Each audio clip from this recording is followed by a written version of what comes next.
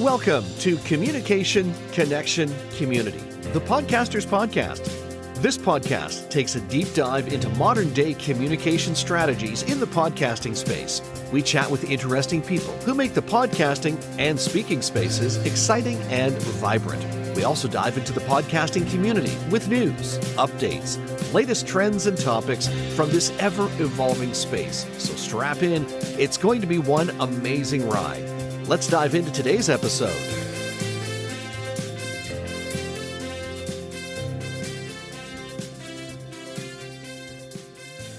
Rosie Zilinskas, a 30-year corporate veteran. She's here to reveal powerful principles to help you unlock your leadership potential and advance in your career. She is also a podcaster. We're so thrilled that she's joining us today. She's a high-performance coach as well, and I know we're going to have a phenomenal conversation. Rosie, welcome to the podcast. Hi, Carl. Thank you so much for having me. I'm excited to talk about all things podcasts and speaking and career. So any way you want to go, let's go. I am so excited. So you are a podcaster, but it's not like you've been doing this since podcasts were in diapers. You've only been on this podcasting journey, what is it, a couple of years now? It's just over 2 years. I just had my 100th episode celebration on the No Woman Left Behind podcast, and it's all about advancement for women in their corporate career. So yes, and I love podcasting. 100 plus episodes in. How does that feel? It feels like surreal. I mean, when I think back, I'm like, is it really possible that I've had 100 podcasts? So it's been learning journey, as we all, all podcasters know that it's a journey and you get better and better. And just yesterday, I recorded an episode for my podcast and someone said, gosh, you're a really good interviewer. I'm like, oh, cool. That's kind of cool. That feels good, So yeah. And after 100 episodes, you get pretty good at interviewing, shall we say. I always like to refer to it as not so much an interview. It's like the Oprah effect. We're having a conversation. We're just hanging out on the couch together, chatting. Really, that's the way I like to approach it anyhow. And I get the feeling you're cut from a similar piece of cloth. Yeah, totally. The only thing, and I don't know if you want to get into the conversation now, but what part of my process is having a 15-minute chat with the guest, just so that I can have that synergy, so I can test the synergy. Is there synergy? Because we all know when you have a podcast guest that's, you don't have that connection, it's a really difficult. And we kind of flesh out, some of the topics that we're going to focus on, but there's nothing set in stone.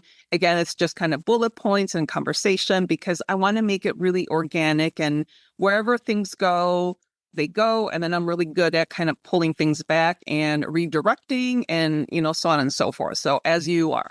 We may as well just jump right into it, seeing as you jumped right into it. As well just let's just keep the ball going in this conversational tone and also talk about that, because I think that's one of the challenges that especially early podcasters get into is okay, I'm going to have guests. Number one, you don't have to have guests. That's number one. Number two is, okay, if I have guests, I need to have questionnaires. I got to do this and I have to do this. And yes, it's not a bad idea, as you said, to figure out what the synergy is, but it's also okay, once you develop that comfort to have that organic conversation. Full disclosure, Rosie and I didn't sit down and have an in-depth, interview meeting pre-show to figure out exactly where we're going. We're both connected through Podmatch. We see each other's biographies and information. So thanks to the lovely and brilliant and talented Alex Sanfilippo, and I swear to God, he needs to pay me for the number of times I sing his praises.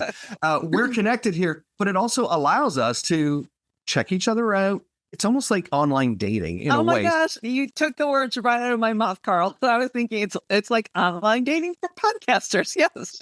So we've already, and Alex probably likes it when we say this, so we've already checked out each other's profile. We've done that part of the dating. Now it's the actual conversation. But I like how you really shared something that I want to emphasize, and that's that organic way that you're bringing your information forward. Whether you're having a conversation like we are, or whether you're doing a solo show, it's crucial because audiences don't want to hear question number one, what is your name?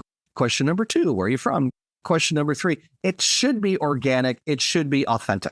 Absolutely. I totally agree. And I do, generally, when I start recording my podcast episode with my guest, I always tell them, the intro and the recap I will do after, because it's kind of the trailer of what's coming. And the lessons, the learning points that I took from the conversation. And I usually have my guests give me one actionable tip at the very end. So I highlight that as well. So it's a pretty regimented process as far as the format, but it's fluid in the pieces that go into it and how I actually record the podcast. And it's always, I end up having such amazing conversations because I only interview women that are, leaders or former leaders or amazing entrepreneurs that can help women in the corporate space. And I end up having some amazing conversations with these women.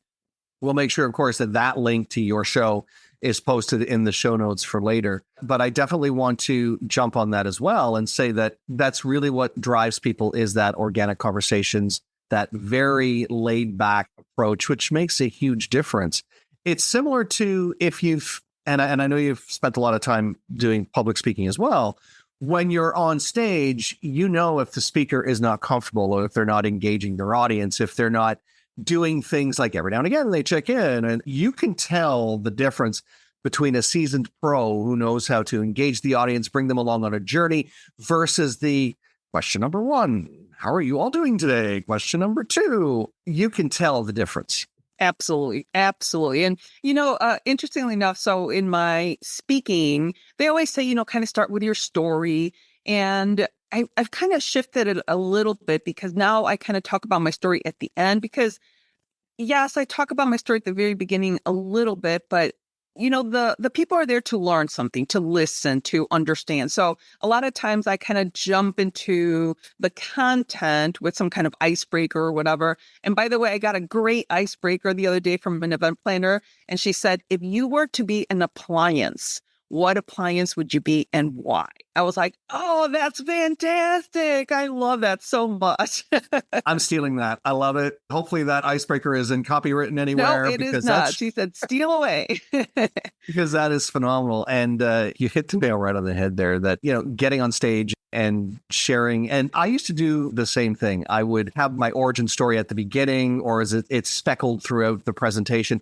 Same with the podcast, as you mentioned earlier. And again, I think this comes from my radio days because I would literally say, okay, guest, here we go. I've got about a 2-minute intro where I'm going to talk and you're going to listen. That'll include your intro.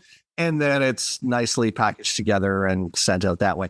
But I like this format, if the podcasting space, start there, of doing the things that aren't, I don't want to say they're not relevant to the guest, but things that you can do later because you don't know where the conversation is going from the beginning because you haven't had the conversation yet. So you don't know what the person's going to say. And as far as the stage presentations go, I want to ask you this question. I think I already know the answer, but the story that, you said now you're saving a lot of the story till the end.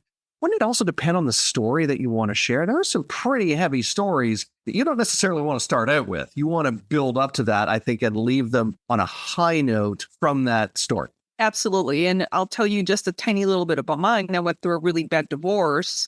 So I ended up being a single mom, had 2 little kids, and my catalyst of going into this career advancement is I have these 2 little kids. I'm the sole provider for them. I need to make more money.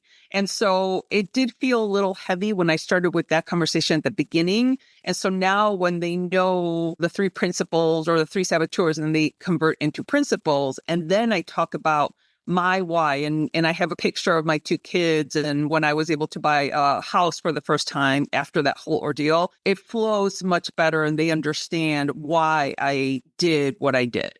And you've got the time, typically within a stage presentation, to structure it that way. It's not like a Toastmasters contest speech where you're 7 minutes and you got to be off the stage. Actually, it's 7 minutes, 30 seconds before you're disqualified. Yes. I've maybe done that a couple of times. I'm a Toastmaster too. So yes.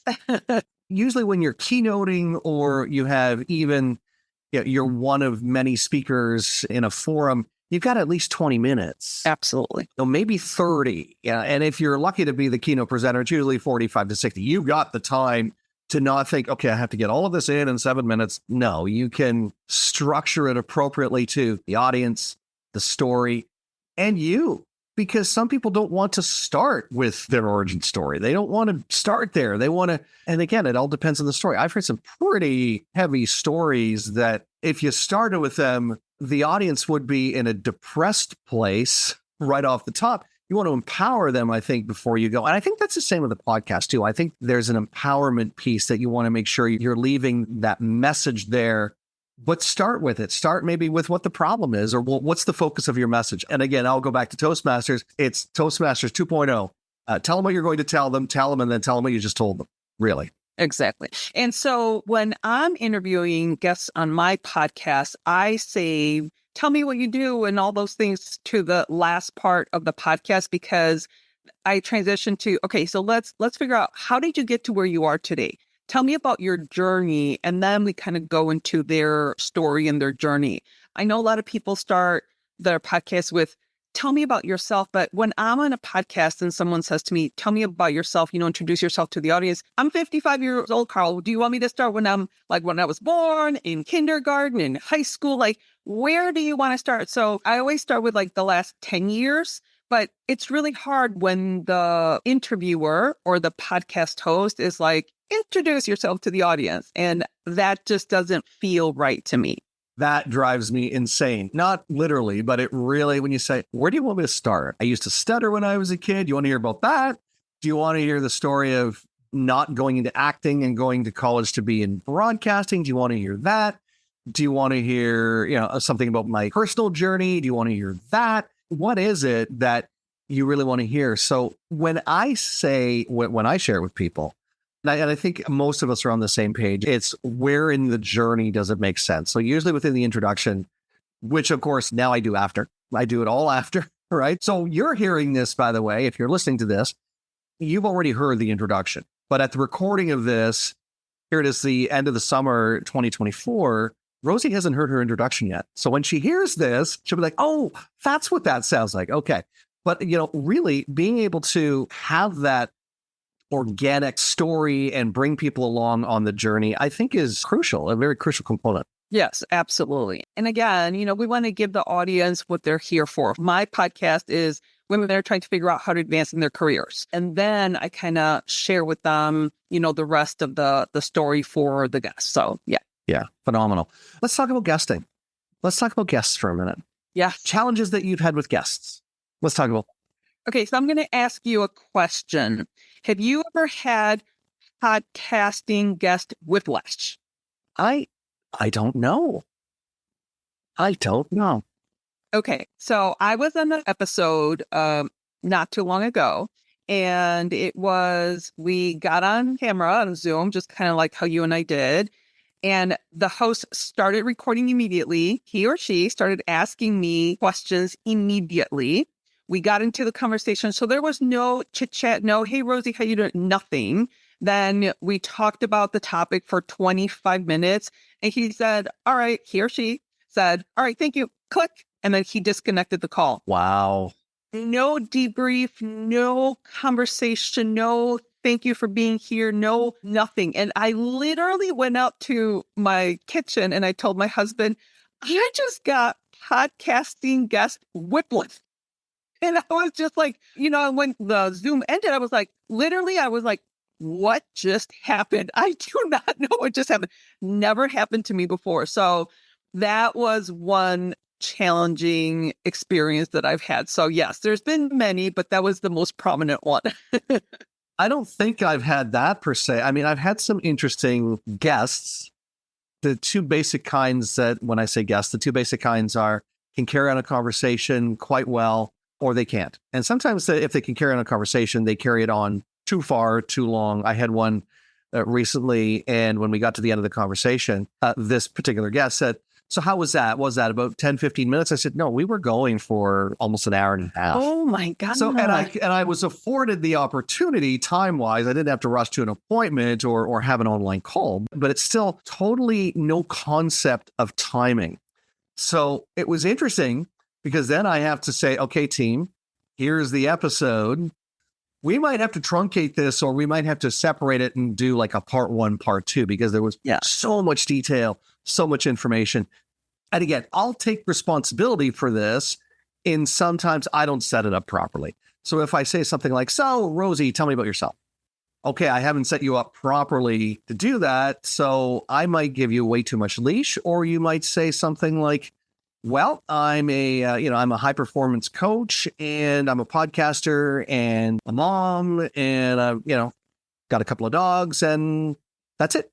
because I haven't set the table. Or the other thing that drives me crazy, and this also is the responsibility of the host, is the asking closed questions. Right. But as the guest, it's understanding that if a host asks you a closed question, don't close it simply by saying yes or no. And again, this goes back to the experience of you've had guesting experiences, but you've also had hosting experiences where you're like, oh, shoot, I shouldn't have asked that question like that because it's potentially a closed question.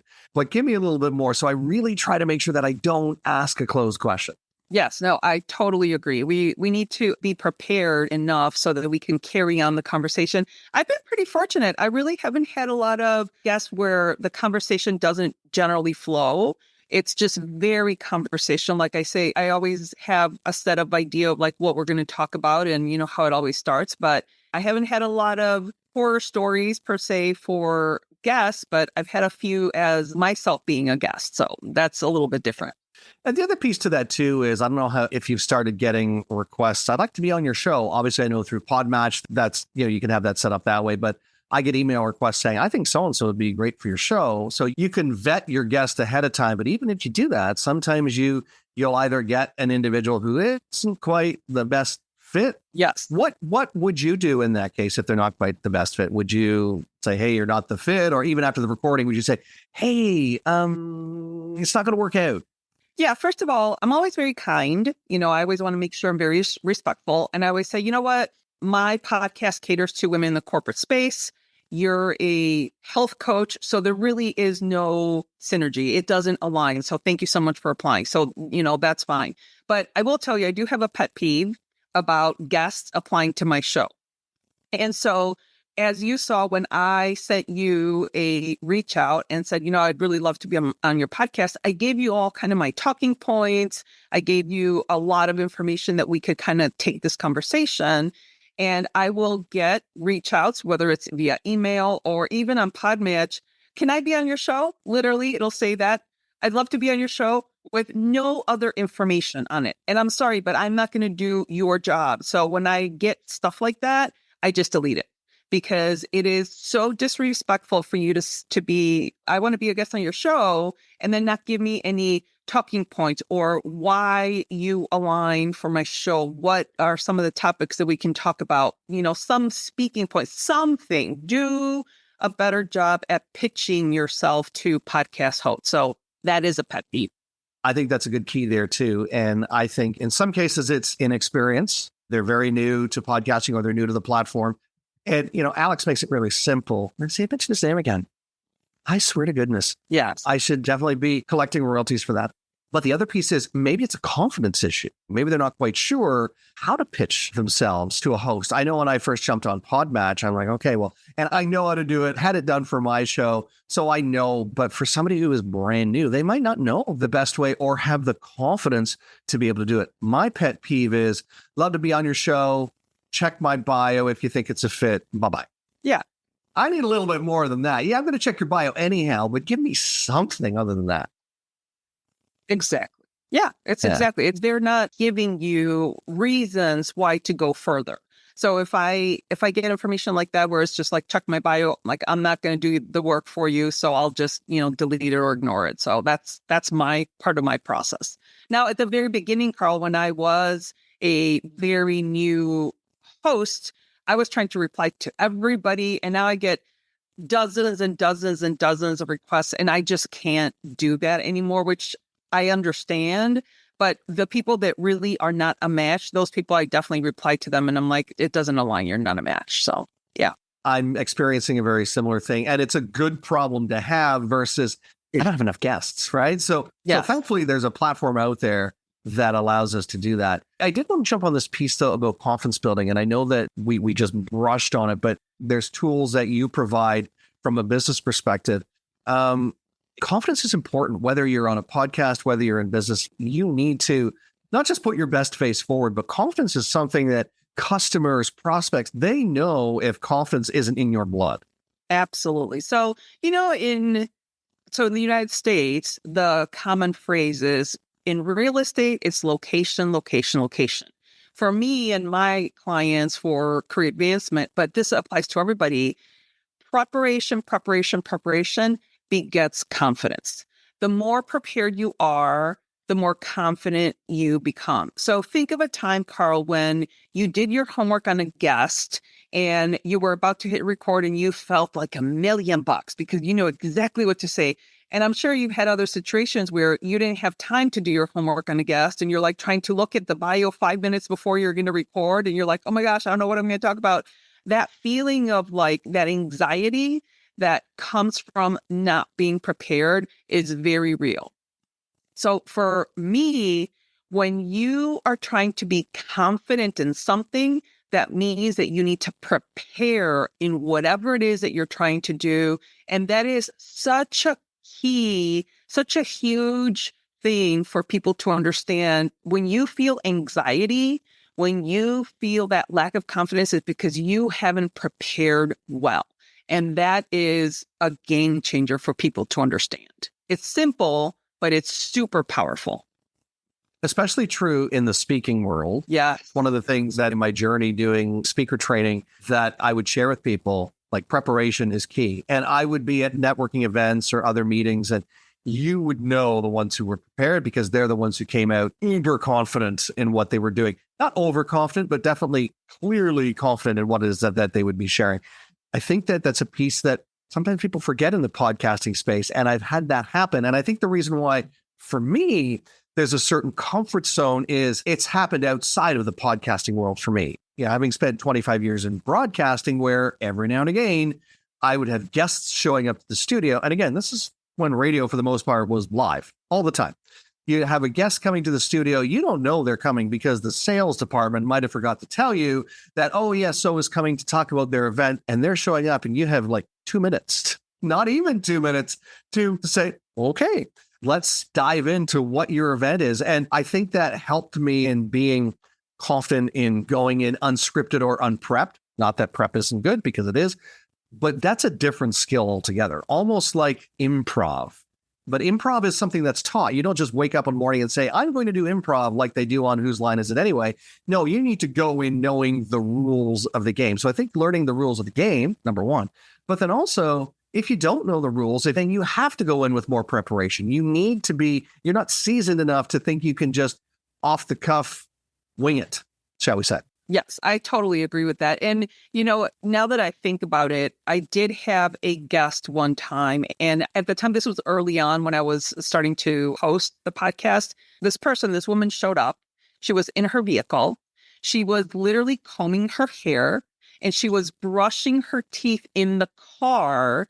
And I was like so taken aback. I really didn't have the know-how of say, you know what? This isn't a good time. I really need you to be home, be, you know, in a decent environment and not brushing. And she was literally like brushing her teeth and taking a swig of a water bottle, spitting it out in her car. And I went ahead and I did that episode. And now I would have said, you know what, this is not the best time. This is not the best episode. So let's just reschedule.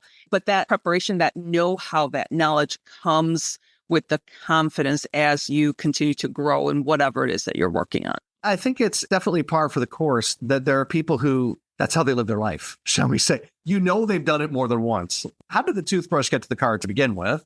And the comb, it's probably been in there a while too, right? And it's not just because, okay, I'm between appointments. I need to, you know, not me because obviously I have any hair that needs to be freshened up. But, you know, for somebody who's going on camera for an interview, sure. Typically, yeah, you need to be ready, but typically not doing it in your car once. You know you've done it, and the person who you're going to see knows you've done it many times, I'm sure. And as far as the confidence piece goes, for my clients in the corporate space, I always tell them, create your story vault. So that's like your 7 accomplishments, make sure that you know them and put it into that story format. And it's the same thing with podcast guests. So if you're going on podcasts, have your 5 to 7 canned topics that you always talk about and know them inside and out. Be ready with them so that when you have a very fluid conversation, you can just pull from your knowledge and you're confident because you already have that story vault, that vault of information that is seared in your brain that you are now able to own as an expert because you know them so well. And that to me is just such a huge confidence builder. confidence builder, but I think it's leading to what you spend your life doing. And that is, as a high performance career coach, this is what you're helping people in this space all the time. This is a high level. This is not going to a job every single day that's the same in, day out, no disrespect to those jobs, but this is at a higher level. So we need to be thinking, performing, acting at a higher level, because as a high performance career coach, that's what you're helping people do, is perform at a higher, hence the term high performance level. Yes, absolutely. And actually, I have a great example. I had a client that we did high performance earlier this year, and she's now part of my membership. So I was able to redo one of the segments is a clarity chart. And that's just to be clear on your goals, where you're going in life. And it's a lot of reflective work. And we did her clarity chart again just a couple of days ago.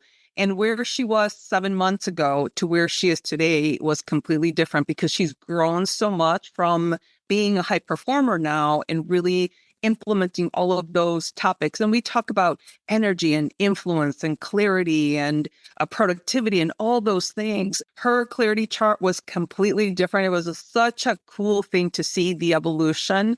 And high performance is for everybody. It's not just for women in careers, but it is such a game changer for people when you start, that old adage of peeling back the onion and knowing yourself. And that's the other thing about confidence is the more you know yourself, the more you know your core values and what your goals are, and, establish your morning routine and your evening routine, all those things. And it's not that we're perfect, but we have a really outlined and defined structure.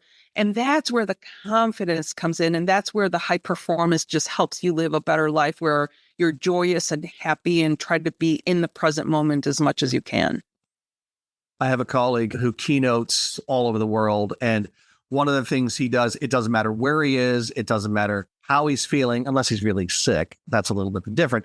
But every single day he's in the gym. Doesn't matter what hotel he's in. Doesn't matter at home. He has his home gym. But when he's on the road, he's in the gym all the time. 5 a.m. or 5:30 for his workout. And again, it doesn't matter what time he goes to bed, because sometimes his keynotes are later in the evening, or he's traveling from one country to another, or across Canada or the US, where we're, 3 different time zones. It doesn't matter. It doesn't matter if he gets in at midnight, 5 a.m., he's up going to the gym. So there's that focus, those keys of, and you're right, we're not perfect. Do I miss a day? Several, I'm sure. But if you know that this is not just the confidence, but this is what high performers do, is it's commitment, it's dedication, it's doing those things reasonably consistently, shall we say? Yes, absolutely. It's keeping promises to yourself, Carl, because how many times do you negotiate with yourself and you're like, I'll do that workout later. And yeah, I don't work out 7 days a week, but I meditate 7 days a week. I make sure that even if I'm at a hotel or whatever, I will meditate in bed before I get up and, do my thing. But it is so imperative. And I think it's funny because my kids are grown now. We don't have pets. It's just my husband and I. So he can take care of himself. But in the morning, I get up generally at 5 o'clock in the morning, and I don't start working till 9. And they're like, what do you do for 4 hours? Well, I meditate for an hour. I work out for 40 minutes. I get my supplements, my water, I journal, I drink my coffee. So it's a very slow start to my day. And then when I'm ready and I start my day at 9, I feel like $1,000,000. So it doesn't happen every single day, but 95% of the time. And I think that's the difference between somebody who is performing at a high level. It's confidence, but it's discipline to do those things. Yeah. Versus somebody who is not performing at that. And if you need help, then obviously that's what Rosie does, is she helps people on that journey. As you mentioned earlier, and I'm glad you mentioned this, it's not just for business owners or people in the coaching space. It is for podcasters. We have to think of this as high performance. We should be thinking about that pretty much in everything that we do. Yes, absolutely. I couldn't agree more. The one thing that we always start with, that clarity piece, but the second thing is that energy. How do you you can so easily change the energy in your day by doing a simple 2-minute release meditation. So it's a meditation, 2 minutes. deep breathing for those 2 minutes. And all you have to do is say release, release, release. And it just totally helps your stress just dissipate from your body. And then it just gives you that energy to refocus, re-energize yourself, and to continue on your day. But we have little tips and tricks and strategies that we do so that you can kind of reground yourself in spite of anything that is happening in your day that day. I think the other thing too, this is something that I've adopted. Actually, it was my coach who browbeat me to make sure that I do this, is blocking time in your day for yourself. For you, you said, that 5 a.m. to 9 a.m., that's the you time. And that's awesome. For other people, it might be later in the day. I block off lunch. And I don't just block 20 minutes. Again, thinking of my days in radio, sometimes that's all I had was 20 minutes. But now that I'm my own boss, I run my own company. No, I still need to block that hour and a half, not because it takes me an hour and a half to eat, but because that's when I can go for a walk, shift gears, journal, meditate, whatever it is that I need to do, and eat as well before I continue on with my day. Yes, I couldn't agree more. And again, it doesn't have to be in the morning or at lunch. It could be any time during the day, but the consistency is key. I mean, there's people that work out in the evening. I could never work out in the evening because I just don't have the energy. But I know a woman that works out every single day at 8 p.m.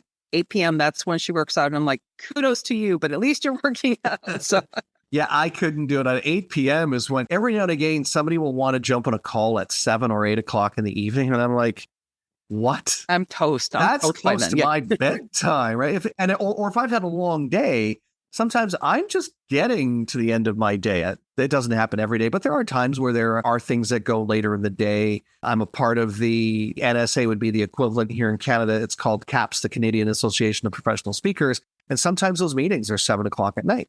Not all the time, but sometimes they are. So that means I'm having a longer day. I build in a little bit of extra time during the day, but it means that it means I'm not going to be working out at 7 o'clock or 8 o'clock in the evening. I just couldn't do it. But if it works for you, 2 thumbs up, right? Yeah, our Toastmasters meeting. So I'm a Toastmaster. I go every other Monday. It starts from 7 to 8:30 p.m. And it's a little bit later, but I love Toastmasters. And it's been a wonderful feature for me to become the speaker that I am today. So it's wonderful. So I will stay up a little bit past my bedtime those evenings. And you'll get up before breakfast the next day, regardless of what time you go to bed, right? So absolutely. This has been a phenomenal conversation, Rosie. As a high-performance career coach, I know you have some great resources. What would you like to pass along to folks today to help them on their journey? Well, there's a couple of things. So if you are thinking about, the struggles that you're having in your day, I would be happy to have a strategy call with your audience and just tell them about high performance, because I know it has changed my life and it has changed my clients' lives. So that's a big thing. And they can just reach me on my website at nowomanleftbehind.com to do that. And we'll make sure that link is there, and also the links to your podcast and all other social media where you can follow and learn more from Rosie. It's been a great conversation today, Rosie. But before I let you go, this is the one thing that is static in this show pretty much, is I'll leave you with the final thought. The final thought is really understand yourself so that you can explain it to other people. And that applies to anything, whether you're interviewing at a job, you're trying to become a speaker, whether you're a podcast host. The more you understand yourself, the more you are able to provide someone else with that value of what you bring to them, regardless of what you're doing. So those are my final words, Carl. I love it. Rosie Zilinskas, that's a great place to leave it. Thank you so much for being my guest today. Thank you so much, Carl. And thank you for joining us today. Special thanks to our producer and production lead, Dom Carrillo, our music guru, Nathan Simon, and the person who works the arms, all of our arms actually, my trusty assistant, Stephanie Gafour. If you like what you heard today, leave us a comment and a review, and be sure to share it with your friends. If you don't like what you heard, please share it with your enemies. Oh, and if you have a suggestion of someone who you think would make an amazing guest on the show, let us know about it. Drop us an email, askcarl@carlspeaks.ca. Don't forget to follow us on LinkedIn and Twitter as well. You'll find all those links in the show notes. And if you're ready to take the plunge and join the over 3 million people who have said yes to podcasting, let's have a conversation. We'll show you the simplest way to get into the podcasting space, because after all, we're Podcast Solutions Made Simple. We'll catch you next time.